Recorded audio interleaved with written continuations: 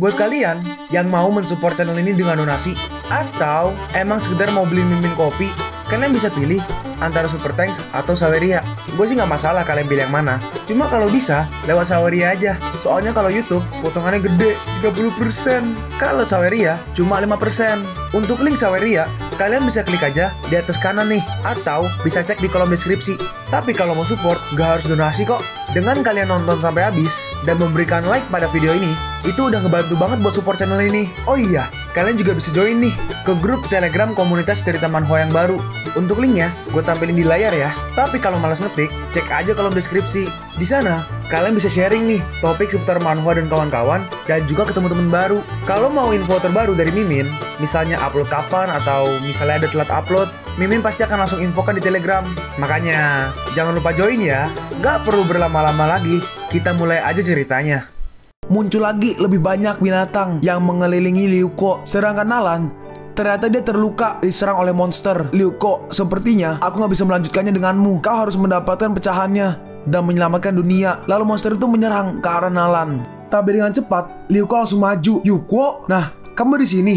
Aku datang. Yuko berhasil menyelamatkan Nalan. Dalam hati Nalan, setiap kali seperti ini, kau akan tiba. Aku terlalu banyak menyeretmu. Mungkin aku benar-benar gak pantas. Kau berkorban begitu banyak. Dan akhirnya, Ryuko pun berhasil membunuh monsternya. Di masa depan, tanpa aku, kau harus baik-baik aja. Dan tiba-tiba, Nalan pingsan. Nalan, Meng-er, tunggu, aku pasti akan menyelamatkanmu. Dengan cepat, Ryuko mengeluarkan kotak-kotak obat. Tolonglah, segera bangun. Meng-er, maaf, aku tidak melindungimu dengan baik. Kenapa? Apakah semua ini benar-benar gak bisa dihindari? Lalu tiba-tiba, Nalan Meng menjatuhkan sebuah cincin. Dan cincinnya mulai bersinar.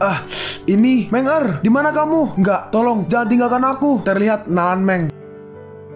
Meng-er, itu kamu. Aku minta maaf. Yuko, ada apa denganmu? Nggak apa-apa. Rasanya seperti mimpi. Dalam mimpi, nggak peduli berapa banyak aku memanggilmu, kau nggak bisa bangun. Aku pikir aku akan kehilanganmu. Nalan berkata, Yuko, jangan menangis. Nalan, penampilan dan pakaian kamu sangat indah, bagaikan awan putih. Dan peoni harus datang dan berdandan untukmu. Kemarilah, Meng-er. Aku akan memakainya untukmu. Meng-er, bagiku, kau adalah hal terpenting di dunia. Dimanapun kau berada, aku akan menemukanmu. Aku juga akan menemukanmu. Akhirnya, Nalan Meng pun sadar. Dalam hati Yuko, cincin semua sungai mengalir ke laut ini ternyata itu disiapkan untuk aku dan Meng-er. Meng-er, saya pasti akan mengubah akhir cerita di buku. Yuko, Meng-er, kau baik-baik aja.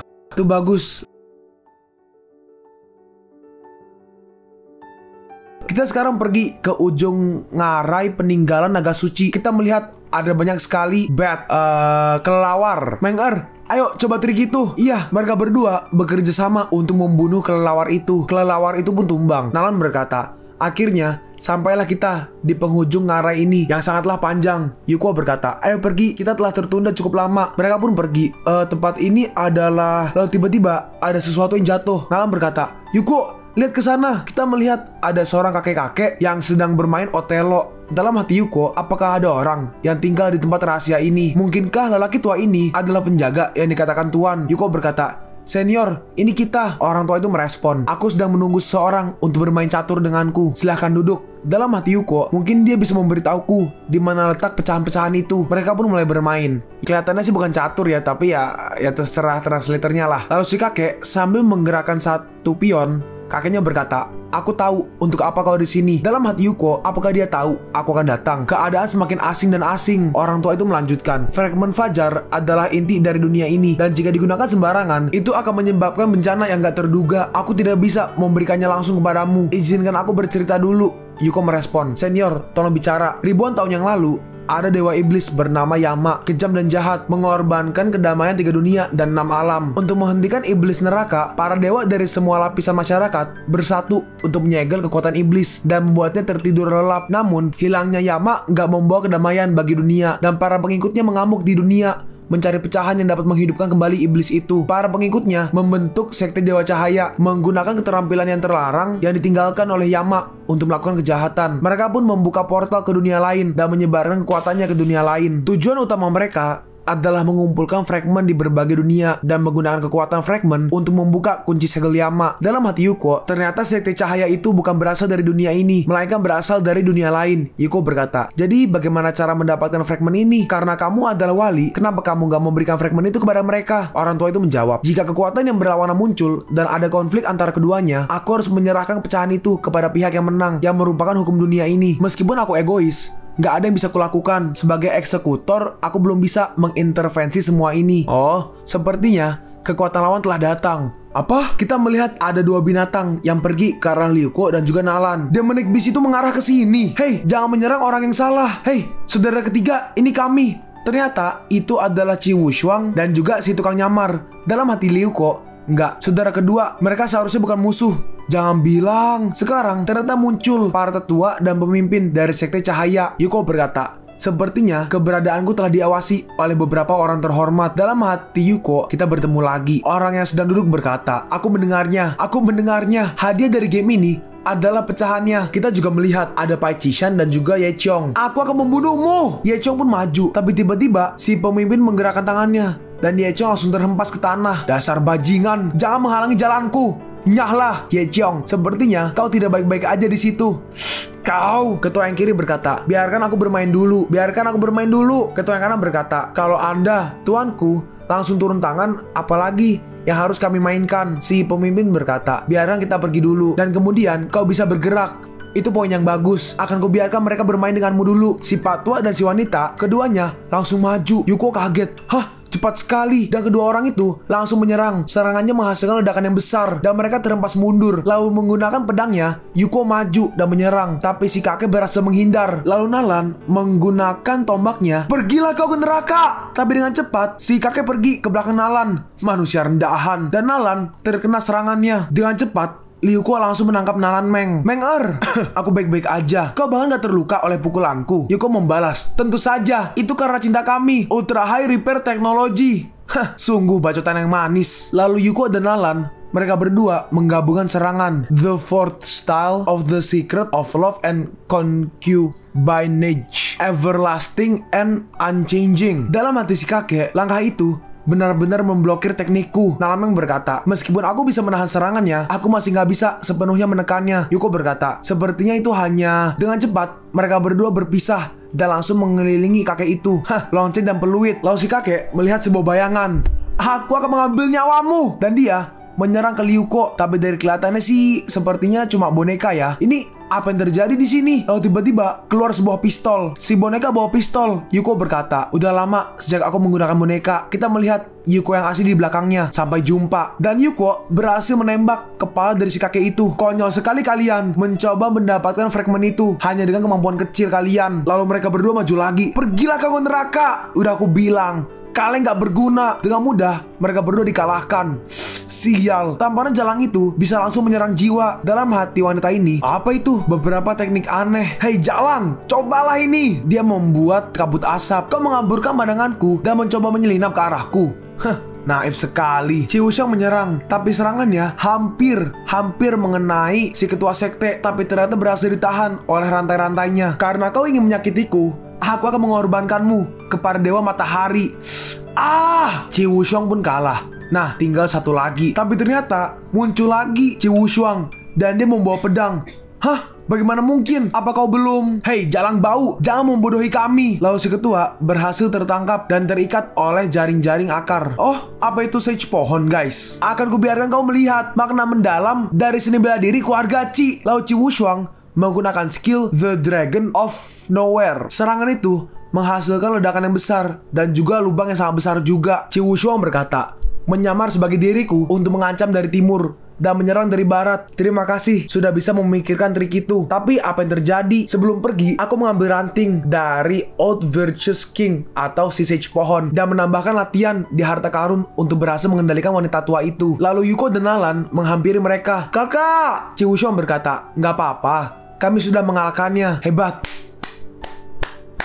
Kalian berhasil mengalahkan mereka berdua. Seru, ini sangat seru. Sayangnya, aku masih belum bisa memainkan permainan ini. Mereka berdua terlalu kuat. Lalu tiba-tiba, ini buruk. Ternyata, mereka belum mati. Guys, yang ingat karakter yang di kiri, coba komen dong. Mimin lupa.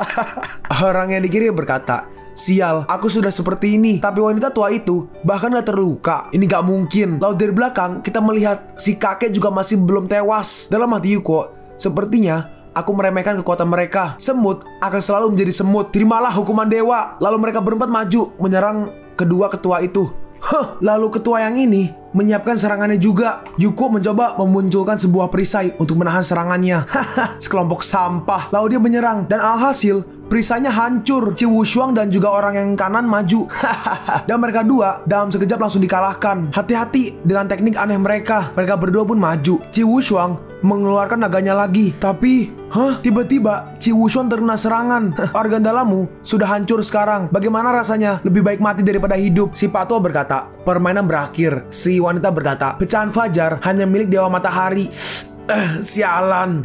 Akhirnya ketemu juga. Apa yang ada di tanganmu? Rencana ini sudah terkubur untuk waktu yang lama. Lalu Yuko memunculkan cermin tadi. Cermin prisma pelangi adalah satu-satunya harta magis di dunia ini yang bisa melakukan teleportasi massal. Yuko, kami di sini. Dan akhirnya semuanya datang. Kita melihat banyak sekali orang yang keluar dari cermin itu. Cermin itu menjadi area teleportasi. Orang-orang rendahan, mati aja. Lalu tiba-tiba mereka berdua terkena serangan. Ini apa yang terjadi di sini? Kita melihat banyak sekali tangan batu. Orang yang atas berkata, aku nggak menyangka kalau pria tua ini masih memiliki kesempatan untuk menggunakan teknik trik boneka di usiaku ini. Orang yang atas adalah kepala klan penyihir kerajaan selatan, Wu Heqiu. Sedangkan yang botak ini adalah kultivator terkuat di selatan, Nanyan. Dia berkata, apa kalian ingin menghancurkan dunia? Tongxi menghampiri Yuko. Bro, apa kau baik-baik aja? Yuko menjawab, saudara botak, aku tidak akan mati semudah itu. Botak. Raja Obat berkata, jangan bergerak. Dalam hati Yuko, aku sudah lama mengetahui kalau harta karun kota naga mengandung cermin prisma pelangi. Jadi aku meminta Xianchen dan yang lainnya untuk pergi ke seluruh dunia terlebih dahulu untuk meminta bantuan. Meskipun dunia ini telah berubah, sepertinya aku sudah memenangkan taruhan sekarang. Hanya dengan menghubungkan semua kekuatan, kami bisa melindungi seluruh dunia ini. Semakin lama semakin ramai. Ini sangat menyenangkan. Majulah kalian semua. Mari kita buat permainan ini semakin menyenangkan. Baik, kita melihat pengikut sekte cahaya juga banyak. Hidup Dewa Matahari. Mereka pun mulai menyerang. Ayo, mereka datang. Dewa Matahari sialan, pergilah ke neraka. Akhirnya peperangan pun terjadi. Kita melihat Ye Qiong menyerang Liu Ko. Liu Ko, aku akan membunuhmu.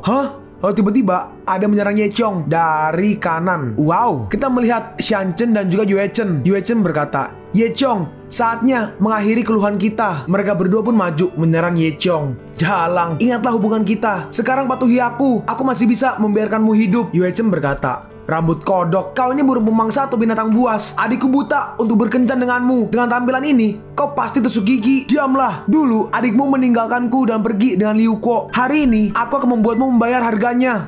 Mereka dua beradu serangan. Ye Qiong, kaulah yang akan membayar harga atas perbuatan jahatmu. Yue Chen berhasil menendang Ye Qiong. Jalang, matilah kau. Lalu Ye Qiong menggunakan skill mulut abyss dan menyerang mereka berdua. Kau jangan coba-coba menyakiti saudariku. Mereka berdua berhasil menahan serangannya. Dalam hati Ye Qiong, mulut abyss sialan, di mana kekuatanmu? Bloodline-nya berkata, di sana ada orang yang sedang menarik kekuatanku. Dan Ye Qiong sadar itu Pai Qishan. Jadi kau. Dan mereka berdua berhasil menyerang Ye Qiong. Xianchen berkata, Ye Qiong udah mati. Kakak, mari kita pergi. Panjang umur, panjang umur. Tongxing berkata, sial, orang-orang ini benar-benar gila. Berapa banyak anggota di sekte ini? Temannya yang belakang berkata, bunuh aja sebanyak yang kau bisa. Si kakek berkata, manusia rendahan, menyerah aja. Lalu seseorang menggunakan skill boneka santet dan dia menggunakan jarum menusuk-nusuk bonekanya. Dan alhasil si kakek tertusuk-tusuk dari semua arah. Apa ini juga disebut manipulasi?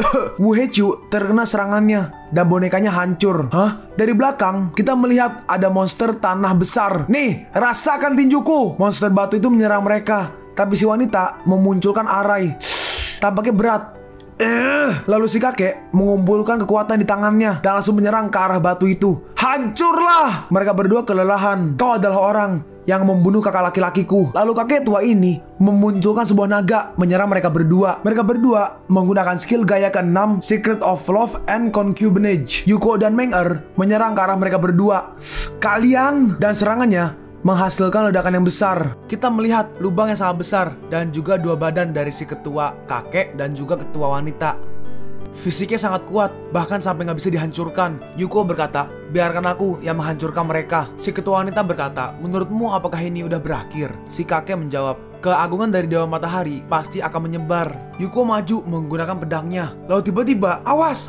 Yuko tiba-tiba menyerang dirinya sendiri ke lehernya. Dengan cepat, Nala maju menghempaskan pedangnya. Tongsin berkata, "Kakak Yuko, bangun!" Aku barusan dikontrol. Seseorang berkata, mereka kalah. Mereka beneran kalah. Apakah aku bisa masuk sekarang?